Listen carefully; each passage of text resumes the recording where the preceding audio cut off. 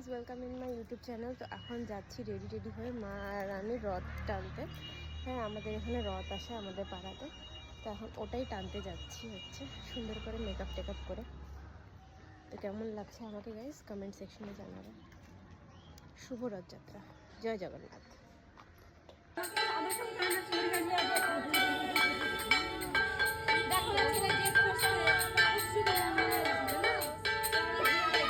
তো গাইজ রথ চলে আসছে, দেখো।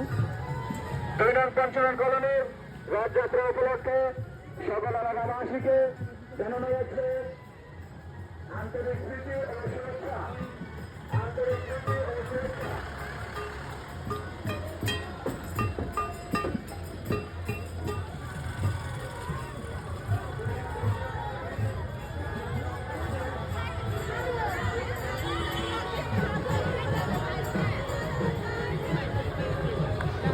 প্রতি বছর ফ্রেন্ডস আমাদের এখানে এই রথ আসে।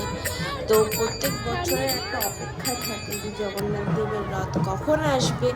তো এবছর একটুখানি সেজে গুজে বেরিয়ে গেছিলাম রথ টানার জন্য। হ্যাঁ, কারণ জগন্নাথ দেব তো বলতে গেলে আমাদের এখানে অতিথি। হ্যাঁ, তাই জন্য তাকে দেখার জন্য এই যে রথ টানতে টানতে আরেকজন বন্ধুর সাথে আমার দেখা হয়ে গেল।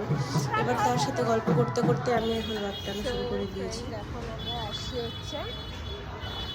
চম্পাশাড়িতে রথের মেলা দেখতে। প্রচণ্ড ভিড় হয় এখানে। তো গাড়ি আমরা দূরে পার্কিং করলাম। এই যে মা আর আমি চলে আসছি। উল্টা দিক দিয়ে ঢুকায় গাড়িটা না। চলো গিয়ে দেখি। আশা করি রথটা পাবো না, কিন্তু যদি ভাগ্যে থাকে তাহলে পেয়ে যাবো।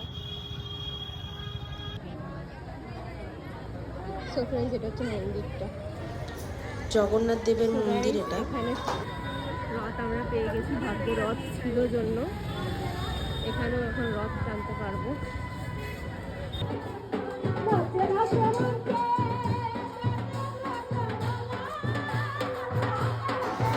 এখানে খুব ভিড় হয় চম্পাশাড়িতে রথের দিন। আমরা সিদ্ধ হয়ে গেছিলাম রথের এখানে, এত ভিড় ছিল। রথের দড়ি টানলাম, ভাগ্যে ছিল এখানেও পেয়ে গেছি রথ। ওই যে সামনে যাচ্ছে রথ। এই ভিড় দাঁড়ানোর জায়গা থাকে না গাইস।